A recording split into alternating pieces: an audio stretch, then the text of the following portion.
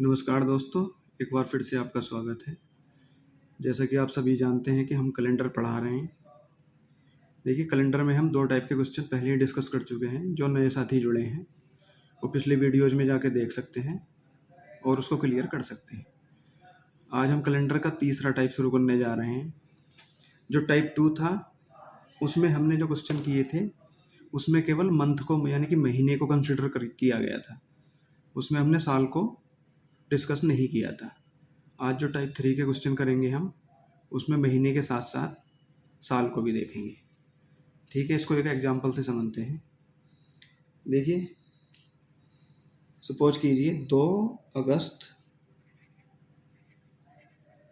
2014 को सैटरडे था। ये एक अजम्पशन है, हो सकता है कुछ और भी दिन रहा हो। ठीक है, तो इसको इग्नोर कर दीजिएगा। और अब देखते हैं 2 अगस्त 2015 को कौन सा दिन होगा। यानी कि डेट और मंथ यहाँ पे सेम है, 2 अगस्त। ये है 2014 और ये है 2015, यानी कि ठीक एक साल बाद की बात कर रहा है। तो इसको बताने से पहले मैं थोड़ा सा आपको फिर से एक बार साल की तरफ लेके चलता हूँ। देखिए, मैंने शुरू में ही बताया था आपको, ये जो कैलेंडर होता है हमारा, इसमें 2 टाइप के साल होते हैं। एक होता है जनरल ईयर,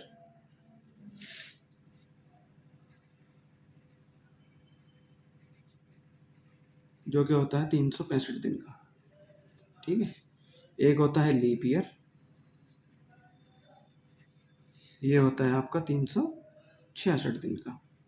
और मैंने ये भी बता दिया था कि जनरल ईयर जो होता है, जब हम उसको 7 से डिवाइड करते हैं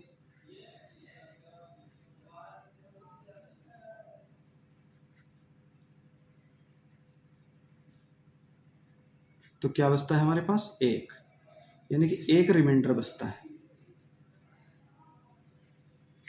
ऐसे 366 को 7 से डिवाइड करने के बाद अभी सारा क्लियर हो जाएगा। आप थोड़ा बस पेशेंस बना के रखें और देखते रहें मैं क्या करा रहा हूँ। ठीक है,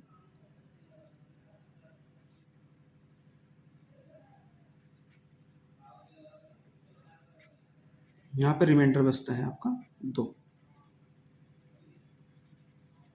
मतलब कहने का ये है कि जब भी हम एक साल का डिफरेंस देखेंगे, जैसे यहाँ पे हम नेक्स्ट ईयर का डे सेम मंथ और सेम डेट का पता करने की कोशिश कर रहे हैं और एक साल का अंतर है, तो हमें ये देखना होगा कि यहाँ फरवरी कौन से वाले साल में काउंट हो रही है। देखिए, 2014 की फरवरी तो पहले ही निकल चुकी है। अब 2015 में फरवरी कहीं अगस्त से पहले यहाँ आ रही होगी। ठीक है, और 2015 किस टाइप का साल है? ये हमारा जनरल ईयर है। और जनरल ईयर का जो रिमाइंडर था वो क्या था? 1।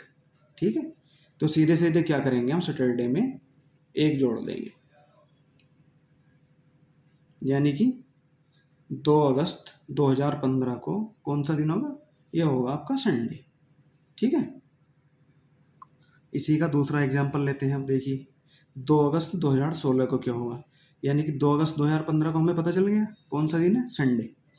अब 2 अगस्त 2016 यानी कि फरवरी कौन से साल में आ रही है? ये आ रही है सर 16 में। फरवरी कहीं यहाँ पर रही होगी। और हम जानते हैं लीप ईयर के अंदर जो फरवरी होती है वो कितने दिन की होती है? वो होती है 29 डेज की। यहाँ पे फरवरी थी 28 डेज की। इस फरवरी की वजह से ही जनरल ईयर के अंदर जो रिमाइंडर होता है यानी कि शेषफल होता है वो 1 होता है। और यहाँ फरवरी लीप ईयर में 29 दिन की होती है। यहाँ पे इसकी वजह से रिमाइंडर क्या है? 2 होता है। तो ठीक है, अब 2 अगस्त 2016 को कौन सा दिन होगा? यहाँ पे आप क्या करेंगे, संडे के अंदर रिमाइंडर लीप ईयर के केस में कितना आ रहा है? 2। तो यहाँ पे सिंपली 2 ऐड कर देंगे, यानी कि मंडे और ट्यूसडे, यानी कि 2 अगस्त 2016 को आपका ट्यूसडे होगा। तो देखिए, मतलब कहने का ये है, जब भी आप सालों के डिफरेंस पे दिन को काउंट करने जा रहे हैं, ठीक, 2014 से बाद 2015 एक साल का अंतर है, तो हमें सबसे पहले क्या देखना होगा? हमें ये देखना होगा फरवरी कहाँ पर पड़ रही है। अब फरवरी इसकी तो पहले ही निकल गई, उसकी तो हम बात ही नहीं कर रहे। 2015 के अंदर फरवरी पड़ रही है ना? क्योंकि देखिए, अगस्त से बाद हम जब दिसंबर तक 2014 में चले जाएंगे और 2015 में शुरुआत करेंगे, तो जनवरी और फरवरी, फरवरी यहाँ पे आ गई। ऐसे ही यहाँ पे 2 अगस्त 2016, फरवरी कहाँ पे पड़ेगी, ये 2016 के अंदर पड़ेगी। हम जानते हैं 2016 लीप ईयर है, तो इसलिए फरवरी यहाँ पे 29 दिन की होगी, और जो फरवरी 29 दिन की होगी तो यहाँ पर रिमाइंडर क्या होता है 2, तो यहाँ पे 2 ऐड करके हमारा आंसर आ जाएगा। अभी हम कुछ और दूसरे टाइप के कुछ एग्जाम्पल डिस्कस करेंगे, उसमें आपको और ज़्यादा क्लियर हो जाएगा। देखिए ऐसे ही कुछ एग्जाम्पल मैं यहाँ पर नोट करा रहा हूँ। 1 जनवरी 2010 को मंडे है, ये मान लिया गया है, ठीक है। तो 1 जनवरी 2011 को क्या होगा। अब देखिए फरवरी कौन से महीने में पड़ेगी, यहाँ फरवरी पड़ेगी 2010 के अंदर, क्योंकि जनवरी के बाद क्या आता है फरवरी, ठीक है। और 2010 कैसा ईयर है, ये आपका जनरल ईयर है। तो जनरल ईयर में मैं पहले ही बता चुका हूँ, फरवरी आपकी 28 दिन की होती है। जो फरवरी 28 दिन की होती है तो सिंपली एक साल का अंतर है। तो 1 जनवरी 2011 को क्या होगा, मंडे प्लस 1 ऐड कर दिया जाएगा, क्योंकि जनरल ईयर के अंदर मैं पहले ही बता चुका हूँ रिमाइंडर 1 होता है, यानी कि ये हो गया आपका ट्यूसडे, ठीक है। अब आगे बढ़ते हैं। 1 जनवरी 2012 को क्या होगा।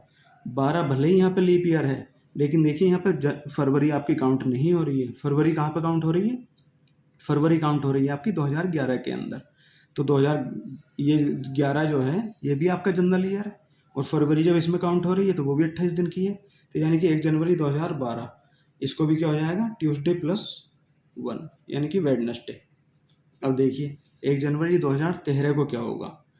अब पूछा तो 13 में है, लेकिन फरवरी कहाँ पे पड़ रही है, फरवरी 2012 वाली काउंट होगी, क्योंकि जनवरी के बाद क्या आता है फरवरी। और 2012 कैसा साल है, ये एक लीप ईयर है। लीप ईयर में फरवरी होती है 29 दिन की। तो यहाँ पे क्या होगा वेडनेसडे प्लस 2, क्योंकि लीप ईयर के अंदर जो रिमाइंडर मैंने बताया था सेसफल वो कितने होते हैं 2। तो क्या आ जाएगा थर्सडे व फ्राइडे, ठीक है। सारा क्लियर हो गया होगा। देखिए थोड़ा सा और समझते हैं इसको भी, हो सकता है आपको थोड़ा बहुत कन्फ्यूजन हो रहा हो इसमें। देखिए सपोज कीजिए 28 फरवरी 2011 को मंडे था, ठीक है। पूछ रहा है 28 फरवरी 2012 को कौन सा दिन होगा। तो हमें सबसे पहले क्या देखना है इसमें, हमें ये देखना है फरवरी कहाँ पर पड़ रही है, ठीक है। अब चूंकि 2011 जनरल ईयर है तो इसमें तो 28 दिन की ही फरवरी होती है, यानी कि 1 मार्च से आगे काउंट होगा, ठीक है। और 2012 जो है इसमें ये कौन सा ईयर है, ये लीप ईयर है, इसमें 29 दिन की फरवरी होती है, यानी कि फरवरी का भी 1 दिन आना और बाकी है। तो जब 1 दिन और आना बाकी है तो उसको कंसिडर नहीं करेंगे। हम क्या देखेंगे, हम यहाँ पर देखेंगे ये जनरल ईयर है, तो जनरल ईयर में रिमाइंडर क्या बताया था 1, तो यहाँ सिंपली मंडे प्लस 1, यानी कि ये हो जाएगा आपका ट्यूसडे। अब देखिए 28 फरवरी 2012 को ट्यूसडे हो गया, तो 28 फरवरी 2013 को कौन सा दिन होगा। अभी यहाँ पे फरवरी एंड नहीं हुई है, फरवरी का भी 1 दिन यहाँ पे बाकी है, और फिर ये 1 मार्च ऑनवर्ड्स ईयर पूरा होगा। फिर उसके बाद 28 फरवरी 2013 को कौन सा दिन आएगा। अब भले ही ये लीप ईयर नहीं है, जनरल ईयर है, लेकिन फरवरी का दिन कहाँ पे काउंट हो रहा है, यहाँ पे हो रहा है, तो इसलिए यहाँ पे ट्यूसडे प्लस 2 हो जाएगा, यानी कि वेडनेसडे और थर्सडे। यहाँ पे कौन सा दिन होगा 28 फरवरी 2013 को थर्सडे होगा। मतलब कहने का ये है, जब भी आपको इस टाइप के क्वेश्चन आएंगे तो सबसे पहले आप ये देखेंगे कि फरवरी लीप ईयर में पड़ रही है या जनरल ईयर में। अगर लीप ईयर में पड़ रही है तो आप सिंपली रिमाइंडर 2 लेते हुए जो भी दिन दिया होगा उसमें सीधे सीधे 2 जोड़ देंगे। अगर फरवरी पड़ रही है जनरल ईयर के अंदर तो उसमें आप रिमाइंडर 1 लेते हुए सिंपली जो भी दिन दिया है पिछले साल का आगे लेने के लिए उसको, यानी कि नेक्स्ट साल का डे निकालने के लिए उसमें केवल 1 जोड़ देंगे, ठीक है।